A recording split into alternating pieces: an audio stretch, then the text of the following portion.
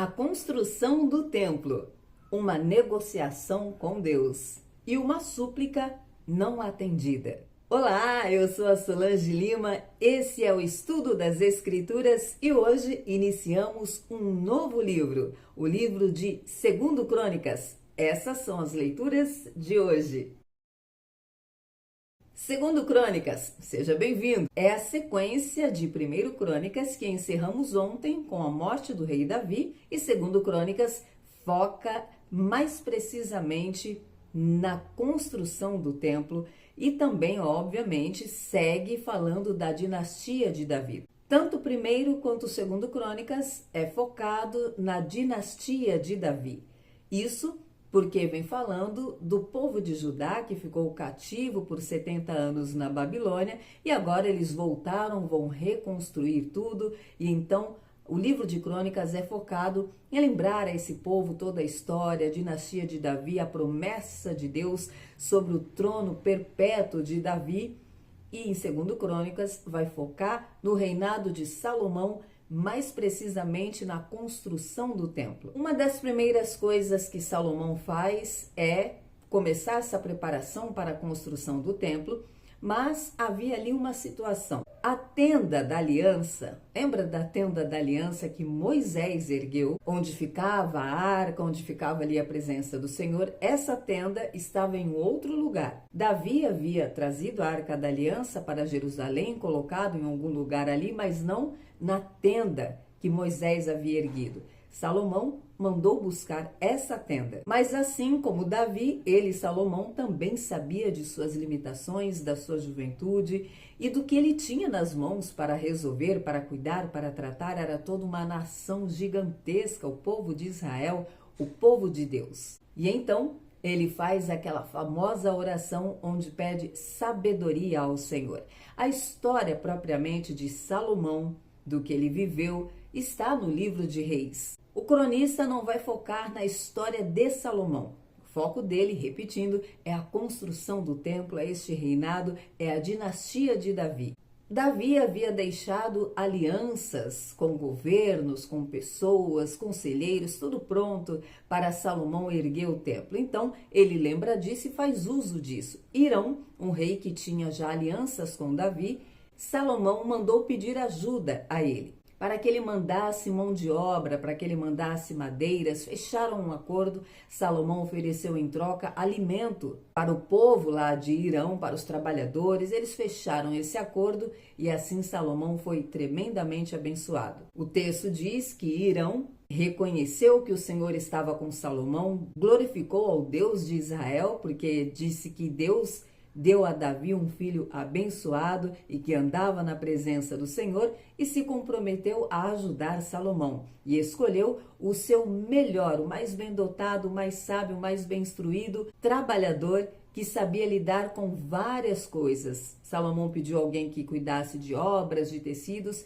e este homem sabia cuidar tanto de tecidos quanto madeiras e várias outras coisas. Ele era dotado de muito conhecimento, muito capacitado, e Hirão fez questão de emprestar a mão de obra deste trabalhador para ajudar na construção do templo. Salomão reconhecia que não tinha como oferecer a Deus um templo onde coubesse a grandeza do Senhor. Ele deixa claro no texto falando quem é capaz, quem é que pode oferecer ao Senhor um templo para o Deus do céu, o dono de tudo. Nós vamos fazer um templo onde possamos oferecer sacrifícios ao Senhor, mas sabemos que aqui não é lugar para Deus habitar. Contextualizando, em outras palavras, foi isso que Salomão disse quando pediu ajuda ao rei Hirão para levantar o templo. E concluindo a leitura de hoje, lemos até o capítulo 3, o capítulo encerra falando de uma parte específica do templo. Salomão começou a construir o templo no 4º ano do seu reinado, mas ele não ficou 4 anos esperando para começar. Os anos anteriores ele ficou em negociação, levantando o material, apesar de Davi ter deixado os recursos, as pessoas.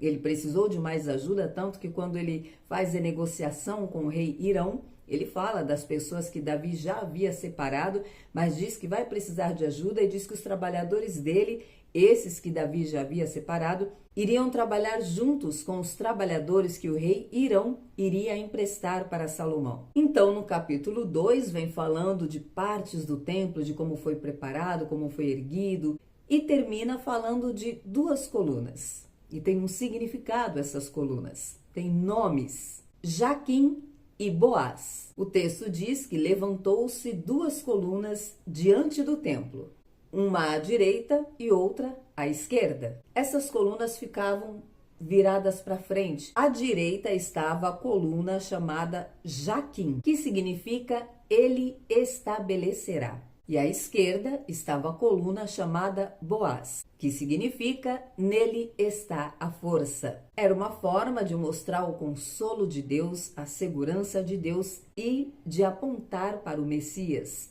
Ele estabelecerá o seu trono para sempre. Amanhã vamos ver como Salomão construiu o altar. Salmos. O salmista continua rasgando sua alma perante o Senhor, mas agora ele entra numa negociação com Deus. Ele está basicamente nesse clamor que ele está fazendo ao Senhor, dizendo: Senhor, se eu morrer, o que vai adiantar?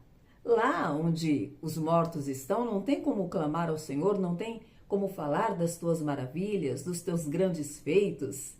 Ele está como que negociando: me deixa vivo aqui para eu continuar anunciando as tuas maravilhas. Ele diz que clama ao Senhor dia e noite, levanta as mãos ao Senhor, que os olhos deles estão secos de tanto clamar. E aí ele começa as questões. Acaso o Senhor irá mostrar as tuas maravilhas aos mortos? Será que os mortos se levantam para te louvar? Uma pergunta retórica. Teu amor será anunciado na sepultura? E é claro que o salmista sabe as respostas para isso. Não parece com a gente? Nós temos essa tendência de negociar com Deus, de nos justificarmos, nos explicarmos para Deus, como se Deus não conhecesse o nosso coração, não tivesse conhecimento das nossas intenções e não soubesse de todas as coisas. Mas é claro que na hora da aflição, da angústia, nós falamos como sabemos, do jeito que sabemos, queremos expressar a nossa dor para o Senhor e Deus não se opõe a isso. Jó é uma referência de tudo que ele abriu e derramou diante do Senhor e Deus em nenhum momento culpou, julgou Jó, ao contrário, acolheu. É bem verdade que o Senhor mostrou para Jó quem ele era, colocando Jó no lugar dele, dizendo: quem você pensa que é? Mas tanto é que Deus não se opôs à sinceridade de Jó, que Deus deu a ele tudo em dobro, restituiu e abençoou tremendamente a vida de Jó. Então, diante da sua angústia e da sua aflição, sabendo que Deus é soberano e ele é merecedor e digno de toda honra, toda glória, louvor, adoração, reverência, faça a sua petição, abra o seu coração diante de Deus, fale o que você está sentindo, porque a um coração sincero, quebrantado, Deus não resiste. Ele quer a sua sinceridade. Atos dos Apóstolos. Ontem vimos que o apóstolo Paulo se encontrou com Filipe, ficou na casa dele, então chega um profeta chamado Ágapo. Ele pegou o cinto que Paulo usava e disse que o dono daquele cinto iria passar por algumas tribulações. Ele disse que aquele homem seria amarrado, preso, se referindo a Paulo. Ele não sabia de quem era o cinto, mas ele disse: o dono desse cinto vai ser amarrado lá em Jerusalém. Mas nós lemos, estudamos ontem que Paulo, ele próprio já havia dito que o Espírito Santo tinha revelado que nessa viagem para Jerusalém o que o esperava eram prisões, cadeias, tribulações em cada cidade que ele passasse. Ou seja, Paulo já sabia do que lhe esperava. E então Lucas narra que eles entraram num clamor, pedindo, suplicando a Paulo que não fosse, que não se colocasse em risco, porque o profeta disse o que iria acontecer. Mas a resposta de Paulo foi: que fazeis chorando, entristecendo o meu coração? Porque eu estou pronto, não só para ser preso, amarrado, mas se preciso for para morrer pelo Evangelho de Cristo. Se eu tiver que morrer em Jerusalém pelo Senhor, eu morro. E então Lucas diz: como ele não se deixou demover pelo nosso clamor, não foi convencido pelas nossas lágrimas, nós o deixamos ir.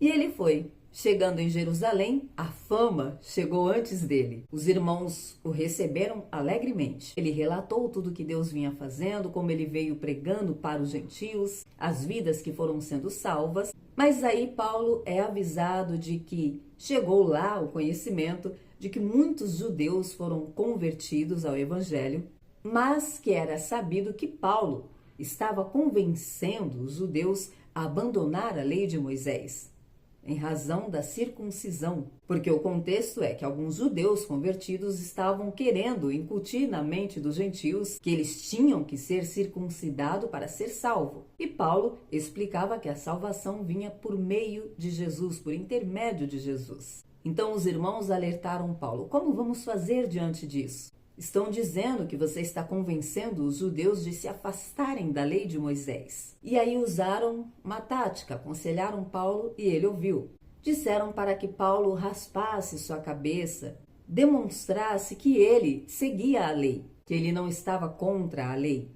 Paulo fez dessa forma, e estando ele no templo, já há alguns dias, quando estava terminando ali pelo 7º dia, alguns judeus reconheceram Paulo. E então começou o tumulto. Inclusive, ele foi acusado de ter levado pagãos para dentro do templo, porque viram um homem que não era judeu, e claro, uma pessoa que não era judeu não podia estar dentro do templo, e acusaram Paulo de ter levado aquele homem com ele, mas Paulo não havia feito isso. Toda a cidade se agitou, foi uma grande confusão, arrastaram Paulo, levaram para fora da cidade. E ouvindo todo aquele tumulto, os oficiais, os guardas correram para ver o que estava acontecendo. Cada um dizia uma coisa, cada um gritava uma coisa, então eles levaram Paulo até descobrir o que de fato estava acontecendo. Ele foi carregado escada fora pelos soldados, a multidão gritava de fundo: mata-o, mata-o! E amanhã nós vamos ver se foi permitido a Paulo explicar-se e o que foi feito depois da explicação. O que aprendemos aqui? Uma fé inabalável, uma fidelidade ao Senhor, um zelo do Espírito Santo, uma confirmação, o Espírito Santo testificando a Paulo através do profeta o que ele já havia dito a Paulo, como se o Espírito Santo estivesse dizendo: olha, é verdade, o que você ouviu, o que eu disse a você, de fato vai acontecer. Mas eu estou aqui para fortalecer a sua fé. Paulo mostrou ali a sua fé, sua confiança, sua fidelidade, seu amor, sua devoção ao Senhor. E mesmo sendo avisado pela segunda vez de que seria aprisionado, apanharia, e no relato do texto que lemos hoje, ele apanhou dos soldados, ainda assim, Paulo, ouvindo a profecia, disse: eu vou adiante. Parem de chorar, parem de entristecer o meu coração, porque se tiver que morrer pelo Senhor, eu morrerei. Que essa fé seja fortalecida dentro de nós. E até amanhã, se Deus disser que sim.